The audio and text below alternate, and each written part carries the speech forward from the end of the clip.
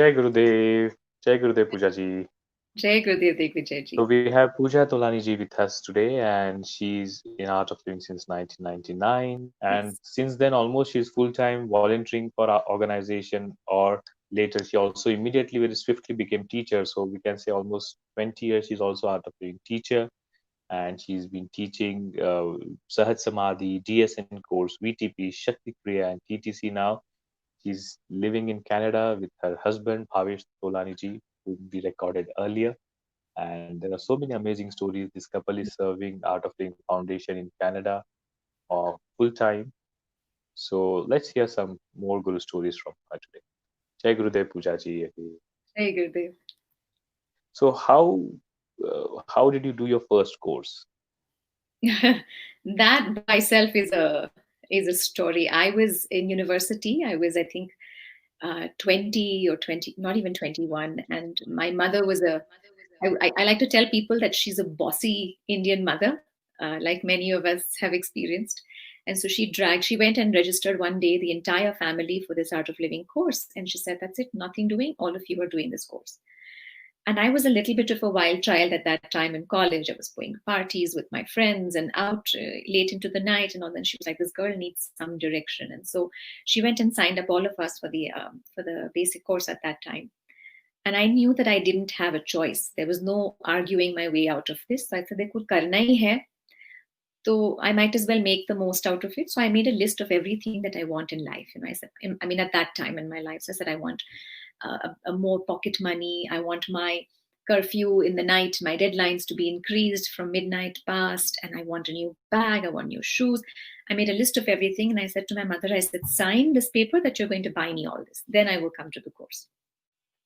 So that's how I went to the course. And, in the course, when the teacher asks, what are you looking for, what do you expect from this program, and I just sat there very grumpy and I said, I'm nothing, I'm only here because my mother's forced me to be here. In front of 60 people I said that. And so that's how I went to my first course. And even though I was so grudgingly sitting there, something inside of me completely shifted. It changed. I couldn't put a finger on it at that time. I was too young or ignorant or didn't want to look at it, but clearly something had moved. Then from there on, it was just one thing after another. Nothing took time. And then when did you meet Gurudev for the first time? Or you started your seva immediately?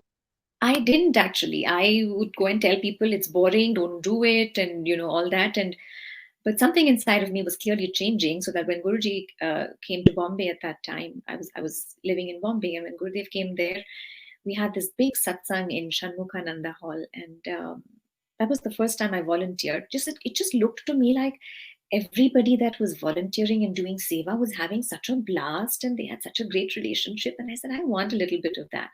So I went on that day of the satsang to the coordinator, and I said, I want to help. What can I do? So they put me in charge of the divine shop, and I'm sitting there selling books and cassettes and everything. That was my first time that I entered the hall as soon as Gurudev started. And I saw him on stage far away, and I was sold. My heart stopped beating. I was like, I have never seen something this beautiful. And so the next day, as you mentioned in Sangeeta Janiji's session, that for a lot of us, her house is sort of an epicenter for a lot of magical things to have happened. So Gurudev had he was staying with her, and the next day they said, okay, all the volunteers can come and meet with him. So I went, and I didn't know what to expect. Her house was packed with at least 200 people there.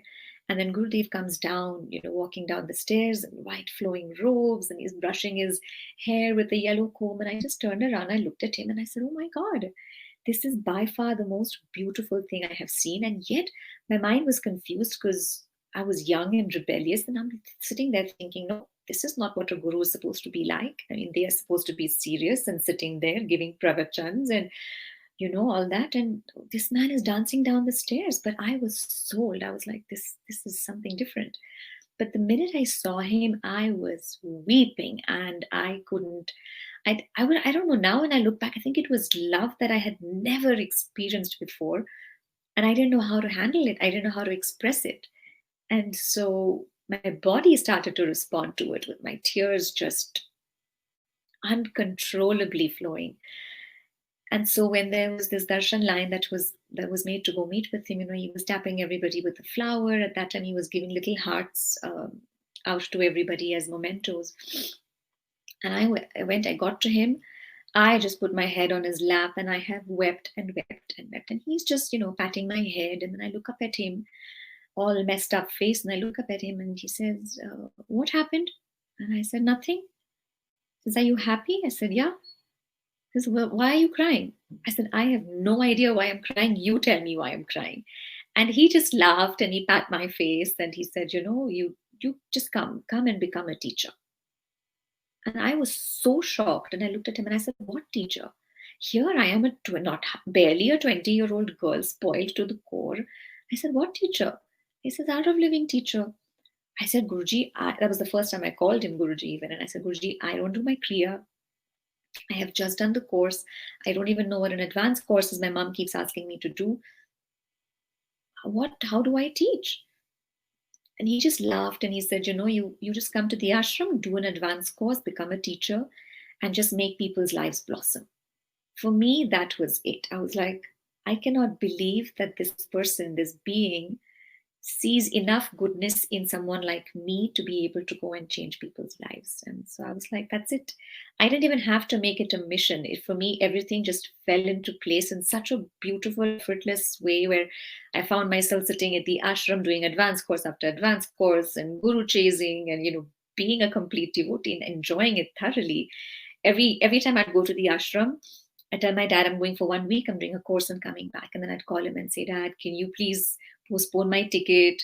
I want to stay back." So at least 5, 6 times I'd postpone one ticket just to be able to spend more time with Guruji. And the next thing I know, I'm sitting in a TTC and I started traveling immediately teaching these programs. And then I think you travel to many difficult areas for teaching courses and doing seva. Do you think there is a reason behind he always sent you to difficult areas? And how was your experience in traveling all these You remote know, locations? the funny thing is that he never sent me to those places. For some reason, I had made it a habit to go and ask him to go to these places. I don't know why I felt like I want to go to places where not too many people would opt to go to. And so I think my first place that I went to was Darjeeling, which was beautiful. I mean, I was kept so well, such wonderful people till today that I'm in touch with. And then, after I met with him soon after that, and I said, "Gurudev," and that time I was only teaching art excel because I was so young. He said, "You teach children for some time." I said, "Okay."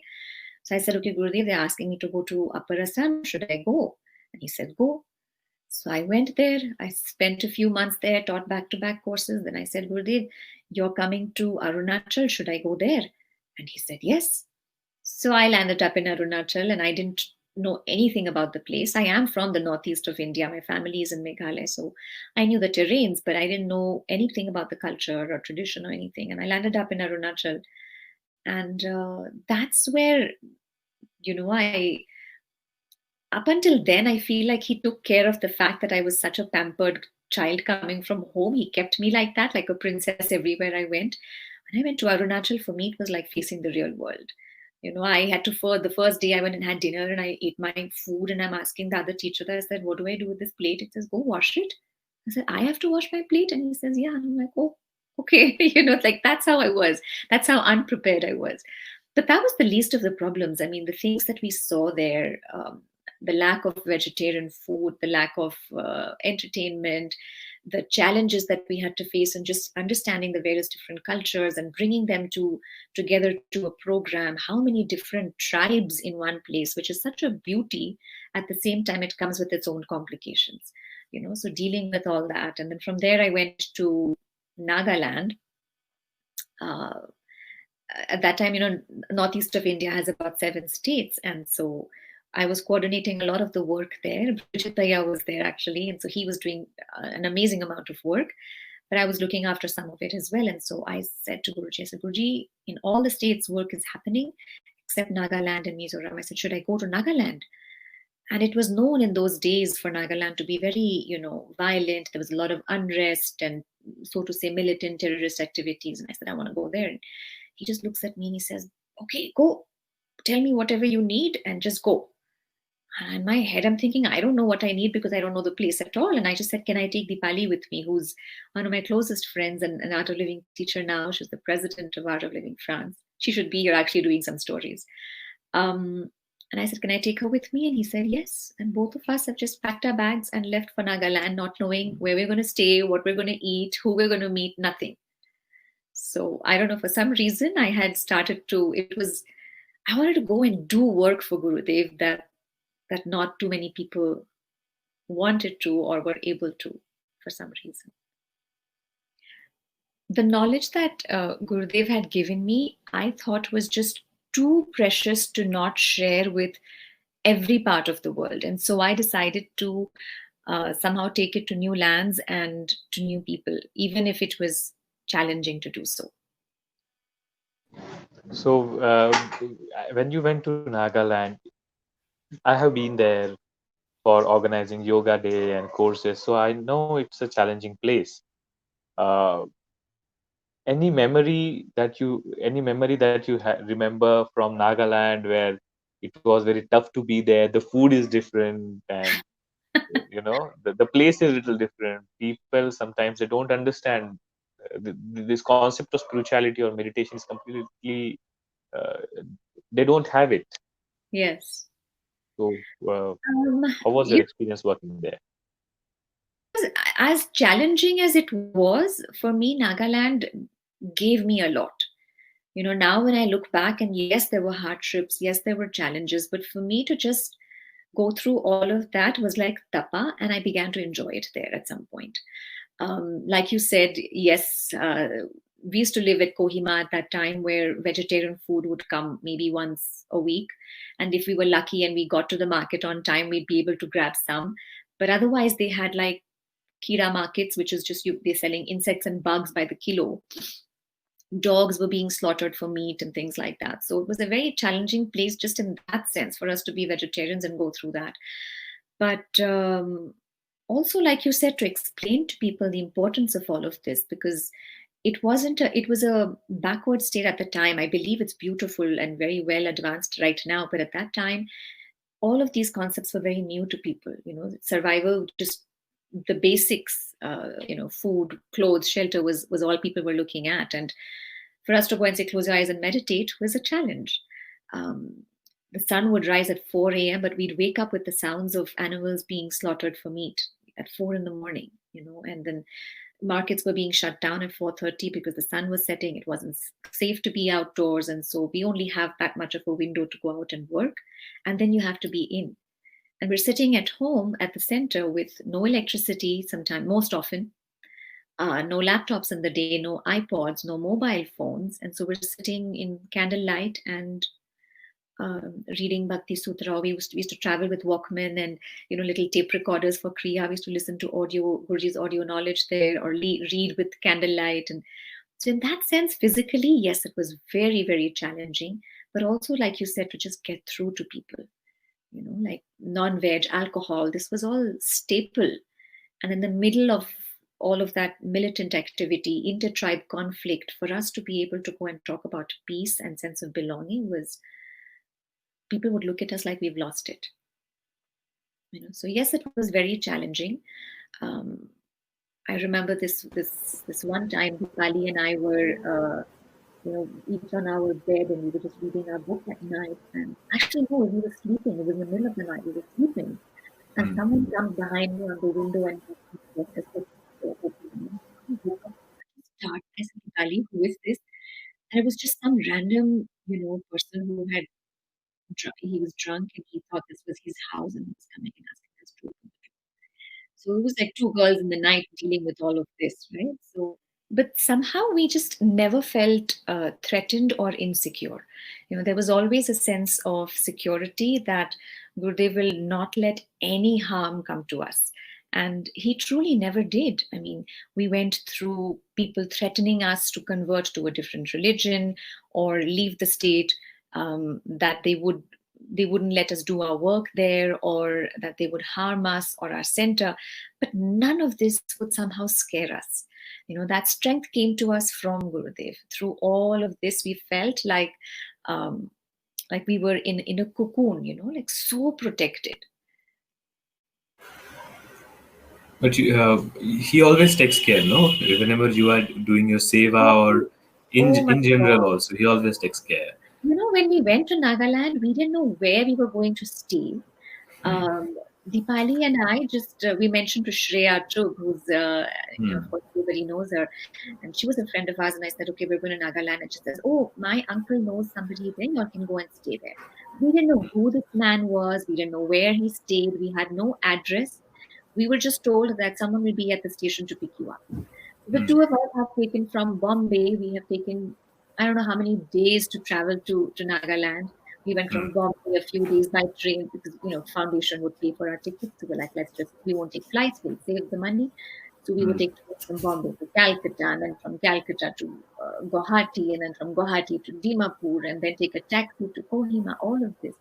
Anyway, we get there, and some random guy comes and just stops in front of us, says, come on, you're staying with us. Hmm. And we just trusted. It's a new place, and we just said, okay. And we have landed there with 3 bags each, because that's how we were. We would Hmm. travel with that many clothes and a bag of food, and then one bag of a Kriya tape recorder, one bag of knowledge tapes and books, and it was like literally a home that we were traveling with.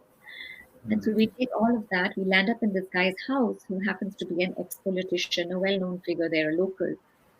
But Nagaland, as you know, is a predominantly Christian state. So for them to have two non-Christians stay with them and talk about meditation and a guru was threatening and not acceptable. So we stayed there for about a week, 10 days, and then they said, okay, now we have to travel. We're going to Guwahati. We have to close the house, and you have to leave. Hmm. And we said, okay. And the next thing we know, suddenly out of the blue, we meet, a Marwari family who says, oh, we done the course many years ago in Rajasthan. Please come stay with us. And so we Hmm. had a home place. We had vegetarian food. Oh, Um, and then suddenly after a few weeks, they say, we're having guests in Rajasthan. You have to leave. And we say, okay. And then a third house opens up, and then a fourth house opens up. So this was like a daily miracle in our lives that we would see in Nagaland. That was, I hmm. think, giving us that many miracles was a gift that Nagaland gave us, because every And day was surviving on miracles. you had a chance to meet the separatist militants insurgent group there. I did. This was a few years after all of the beginning. I mean, a lot of great work happened, and I was in and out of Nagaland. Dipali stayed back for a long time. Mitra joined her. So these guys all went. Shreya came, and we organized youth courses, YLTP. They went and traveled into villages and things. And then after Silver Jubilee, somehow there was a time where none of these girls were there. Uh, Dipali was sent off to East Africa or West Africa. Um, and Mitra was in Siliguri. Shreya was busy with her youth courses in Bangalore and all over the place. I think Dubai and everything she went to. I went back to Nagaland. And every few months we'd go to Nagaland and we'd say, okay, now I'm done with this place. Now when I leave, we're packing our bags and everything and going back home, not to come back. And then we'd go to the ashram, and Guruji would look at us and say, in the middle of the satsang, make us stand up and say, oh, my angels from Nagaland have come, and they're such little girls doing so much work. He would praise us so much. And before we were able to go to him and tell him we're done with Nagaland, we would be packing our bags and going right back there. So the same thing happened after Silver Jubilee, but this time I went back alone. And it wasn't easy to be alone. I think that was a tough time. Um, But I remember, I mean, I going, 4 in the morning, I'd wake up, I'd do about 2.5 hours of sadhana, 9:30. By 9:30, if I was able to make khichdi, sometimes there's no gas to cook, sometimes there's no electricity, there was no water. There were sometimes days that we couldn't shower, or we'd go and buy Bisleri water to take a bath with, all of that. But I would eat my khichdi because that's all I knew how to cook. I had just learned that there. Otherwise, Maggie and toasted bread was all I knew how to make. And so I learned khichdi, which was a huge achievement. And I would eat my khichdi, and then by 9:30 I was out the door. I'd go out, meet people, and go to government offices where half the time people were not there, or drunk, or not looking, or whatever. And by 4:30 I'd have to be back. And I didn't have a laptop or anything, and I was working on preparing a proposal for a de-addiction center in Nagaland at the time, and so I needed to prepare. I needed a computer, so I'd go to a cyber cafe and work there the whole day sometimes. And by the time I'd get home, it would be 5:36, and it was dark, and I'd get lectures from my neighbors saying it's not safe. You need to do this quicker, and so I just sat there one day and said, this cannot be the quality of life here. I mean, everybody's living in fear, and there's extremist activities all the time. There's violence, there's death, there's extortions. And I said, I don't know, I have to go meet these guys. And in my head, the only solution was that they have to come and meet Guruji. So I started to put feelers out there saying, okay, if anybody has contacts, who can I go through via somebody? Somehow I found this contact of somebody who is part of that group. Now, this group has their own parallel government there, right? So they have their army, they have their home minister, their cabinet of ministers. They collect taxes from people, which is basically extortion, but all that. So someone gave me a contact of this person that was part of the cabinet. So I called him and I said, I'm coming to meet you tomorrow. I was in Kohima, he was in Dimapur. I took a cab and everything. I go there, meet with him, and he says, and the first thing he did was he pulled a camera out of his drawer and took a picture. And I said, what was that for? And he says, this is so that I can find you if anything is to go wrong. But before I even started talking to him, he knew where I was from. He says, you're from Bombay, you have a brother, and there's 4 of you in Bombay. He knew everything about me. And I said, yes. For some reason, I don't know, Guruji is just so amazing that nothing was shaking me. It was just so clear to me that I'm going to be fine. All I had done, I hadn't spoken to Gurudev also. I had just texted him and said that I have a meeting with them tomorrow. And he didn't say anything. And I met with this guy, and when I said to him that I want to teach you how to meditate, he just laughed and he said, "Oh." So he picked up the phone and he called his friends and he said, "Okay, I have a young pretty girl from Bombay and she wants to teach us how to exercise and breathe. So come to my house tomorrow." That's how he organized the course. And so after a few days, when we became sort of more friendly and more comfortable, I said to him, I said, "You guys need to come to Bangalore and meet with him." And he said, "You have to talk to our home minister." I said, "Okay, give me the contact, set up a meeting for me." And so in front of me, he has called and set up a meeting.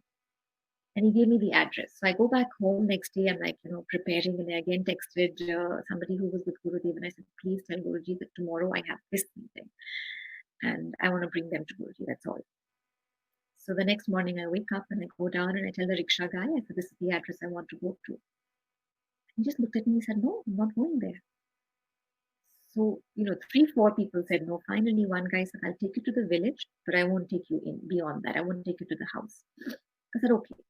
So I go there, find a child who can then walk me to this house, and I go and knock the gate. And, it was like a scene out of, say, Sholay or some like a cowboy sort of a movie, country movie. And this guy opens a tiny window and he says, "Yeah, what do you want?" So I said, "I have a meeting with this man." And he opens the gate, and I walked into what looked to me like a scene out of a movie.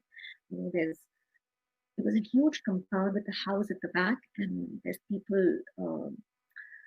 There's guys playing carom board. There are people sharpening their knives. Somebody's sitting in, slaughtering a chicken, and I could see weapons somewhere. And I'm just like, and I'm just one different looking girl walking in, and all these eyes were on me as I'm following me as I'm walking to the house. And I go in and I meet with this man, and I said, "Okay, I want to invite you to come to Bangalore with me and meet with this peacemaker. And I know you have a mission, but I think he can help you to get there easier in a better manner. So you need to come and meet with him." Literally, that's all I said. And he said, "Okay, where are you from? What is this?" Thora, he asked a little bit, Thora details, Pooja. And by the end of it, he said, "Okay, so we'll do that." And he's telling his wife, "Bring some apples, bring some tea for her." So I'm sitting there and having chai with this man, and full chai pe charcha sort of thing happening. And I'm having my apples with him. And I said, "Okay, so you're coming." He said, "I can't come because I have a warrant against me, but I'll give you 2 other guys to take with you." So I said, "Okay." So these guys have then finally, we booked tickets, and that's the day that I went back home, and I felt like that's when it hit me what had happened. Up until then, it was like I wasn't even, how you stand on an escalator and it just takes you up. For me, it was like that. Like I'm just going, flowing, being directed by something, some event, one after another is happening, but I'm not planning it. I'm just flowing with it. And I went home and it struck me. I'm like, oh my God, this is happening. And I called Gurudev and I said, Gurudev, I'm bringing them to Bangalore. And he said, yeah, I'm in Bombay now, bring them on so and so date. So I said, okay. So we bought our tickets and we went to the ashram I took these guys to the ashram. And that meeting that they had with Gurudev was just beyond beautiful. It was, they were ready to run from the ashram on the very first day because they're like, all I'm getting to eat here is rice and idli and dosa. He says, I need my meat and I can't sleep without my alcohol at night. So I said, he's saying, I'm packing my bags and going. And I said, no. So I called Gurudev from at that time, Ganesh kutis, those round kutis used to be VIP kutis, right? So I called him from there. I said, Gurudev, we're ready to run. We have to get them to meet you now. He said, yes, bring them now. So I took them to the Truganga kutir and Gurudev emptied the entire kutir. All the Swamijis, all the senior teachers, his secretaries, everybody was asked to go for lunch. And the minute we entered, Gurudev had just gotten up from his seat and he had, like really almost sprinted to the door. And he greeted these two with open arms and he went, oh, my brothers from Nagaland. And he has gone and he's hugged them. Now, nobody has ever given them this kind of love. Forget giving them a year to listen to. Nobody has given them this kind of love. They were so shocked and taken aback, saying, what? This man knows we are terrorists or whatever, militants, and I don't like to label them because they were nice people at the end of the day, but just lost with their ideologies, right? And he just got up and he said, he greeted them like they were his own. And they came and they sat down, and Gurudev, he pulled the couch closer to him. So I got up and I was helping him. He said, no, it's okay, I'll do it. And he's pulling the chairs and he said, sit. Excuse me. He says, so what can I get you? Are you comfortable? And these people, I could see how they had come with a certain hesitation and so much stiffness inside. By the end of that meeting, all Gurudev did was ask, how can he help? But with so much genuineness, so much authenticity, and from a real level of feeling, where he said, okay, so what can we do for you? They said, oh, we don't have education. That's why our youth go into the wrong path, and we have drug problem, and we have this and that. And like their way of dealing with drug addiction was to chop off people's noses and ears if they went back into addiction. Now, that's no way of recovery. So Gurudev said, no, we'll take care of it. We'll send people there. She will come and teach courses there, and we'll build a school. She will come and do it. And in my head, I'm thinking, मैं क्या करूँगी, कैसे करूँगी ये सब? But it happened. By the end of it, they were in tears. And they said, thank you so much. And Gurudev giving them mithai and gifts for their children. And like it was as if regular people like you and me melt in front of Gurudev. I have seen these hardcore extremists just completely mellow and melt in literally the palm of his hand in that meeting. Gurudev's presence is just so powerful and so full of love that one cannot hold agitation in front of him for too long. So you cannot help but transform. And I saw that happen in front of my eyes, with these guys leaving with their hearts full and full of love and tears rolling down their face. It's one would never imagine for an extremist or a separatist to transform within minutes like that. So now when we see Gurudev doing all of this peace work everywhere, and it's like touching it firsthand, and really all he's there is being himself in 100% with love. What do you think, Didi? What does Gurudev want from us? From us, as teachers, actually he said this to me this one time. We were in the Canadian Ashram. So in 2009, we were sent to Canada, and Gurudev said, go there and start new centers and work. And so we were in Calgary, and this was a challenging place. Now, Bhavesh and I, my husband Bhavesh and I had come here, and we been able to do a lot of courses in other countries and continents in Europe and India and everywhere. Like 60, 70, 80, 100 people were courses were very normal. And then we come to Calgary and we had 6 people courses, 5 people courses. And we're like, what rubbish. I'm not going to teach such small courses. We would cancel them. But the amount of effort that we had to put in Canada at that time, utna effort, if I had put anywhere else, I would have got 10 times more the results I got here. So when Gurudev came to Montreal Ashram around Guru Purnima, we went to meet with him in 2010. And I said to him, I said, Gurudev, I want to go back. Please send me anywhere you want. I will go and do whatever you need me to do, somewhere that I can be more of use. I feel like I'm not being useful here at all. I put a lot of effort, but things are not moving. And I feel very guilty that the foundation is spending so much money in bringing me here, keeping me here, and I'm not being able to bring anything to the foundation. And so I feel very guilty. Please take me away from here. And he just paused and he looked at me and he said, Mere saath kya guilt? How can you feel guilty with me? And there was such a sense of firmness and yet utter sense of belonging that I was shaken up. And he said, have I ever asked you how many courses you have taught? How much money is coming? Where are these people? Have I ever asked you? So I said, no, Gurudev. He says, okay, let me ask you now. How many people come to your follow-ups? I said, about 30, 35. He said, how many used to come when you first came? I said, about 8, 12. He said, Dekho, so much already has grown. How can you say work is like? He picked on the smallest little successes and he made them so big so I don't lose confidence. And then he says to me, he said, all I want from my teachers and my volunteers is that they stay active and they are happy. And so he looks at me and he says, are you active? So I said, yes, Gurudev, as active as I can be.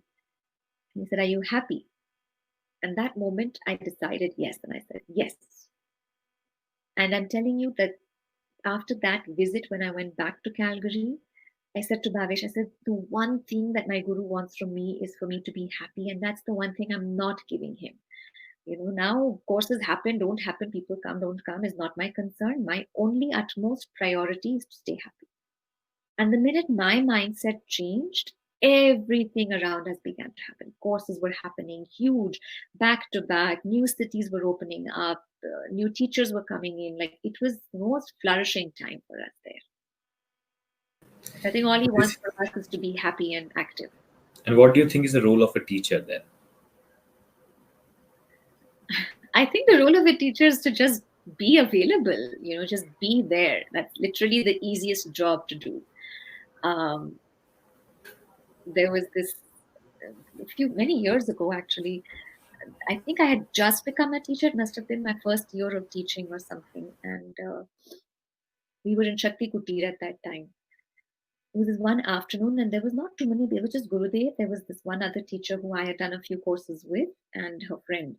And Gurudev was in this great mood. And I don't know if you must have seen Shakti Kutir, and there's this pillar right in the middle, and he was twirling around, and he was giving me so much attention and really pampering me like a child. And so this teacher said to Gurudev, she said, Guruji, she's my student. She's done my course. And so Gurudev paused and he looked at her and he says, oh, she's your student? And he looks at me, he says, Chalo, pair chho. Go touch her feet. So it was very awkward because I didn't have that relationship with her. But I said, well, Guruji says it, so I'll do it. So I went to touch her feet and she said, oh, no. She got conscious. And Gurudev said, no, let her touch it. She's not touching your feet. She's touching the feet of the one that taught her the course. And that was such a huge lesson for her and for me, that as teachers, all we have to do is literally, be that hollow and empty pipe and allow for the most highest ultimate knowledge to flow through us. We're just be like that empty container, and just don't ever forget. We cannot afford to forget that he's blessed us or, given us this honor of somehow carrying and distributing and sharing this highest, utmost, most priceless knowledge with the world. I think that's the role of the teacher, is to just be there and get out of the way and let the grace flow and let the divine flow and do the magic. And now we are talking about teachers. So about volunteers, what volunteers are for Gurudev? I don't think any teacher can ever afford to stop being a volunteer. It's a lifetime role. We're all volunteers. But he said something so beautiful in, it was Dehradun. Um, I think it was right after Silver Jubilee, 2007 March, we were all there with him. 2006 March, we were all there. And he had a day trip to Dehradun from Rishikesh. And he was invited by the governor there. The governor had this very swanky event, and he invited all the big dignitaries there, and all of them. A few of us got to go with Gurudev, and he was supposed to give the keynote speech. And he opened his uh, speech by saying that कहते हैं कि दिया जलती है, दिया जलता है, पर दिया कहाँ जलता है? उसके अंदर जो बाती है वो जलती है. You say the lamp is lit, but it's not the lamp that's lit, it's the wick inside of it that is lit. And he says, just like that, all the work my volunteers do, and I get the credit for it. Right? And when he said that, for us, there was not a dry eye in that audience. Any of us that were his volunteers were in tears and were like, this is, we all know who does the real work, and yet he takes that crown and puts it on your head and lets you feel like you're playing a small part, an important part in all that's happening. So to him, his volunteers are the most precious.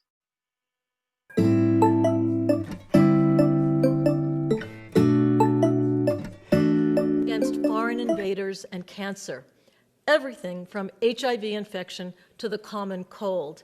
And what's been found is that the number of natural killer cells produced by our immune systems is significantly higher in people who practice Sky than the population at large. In today's world, if we want to increase the likelihood of a long, happy, and healthy life, we must be proactive in getting our stress levels under check and increasing the wellness aspect of our nervous system. And harnessing the power of the breath through specific breathing techniques is one of the easiest and most effective ways to do this.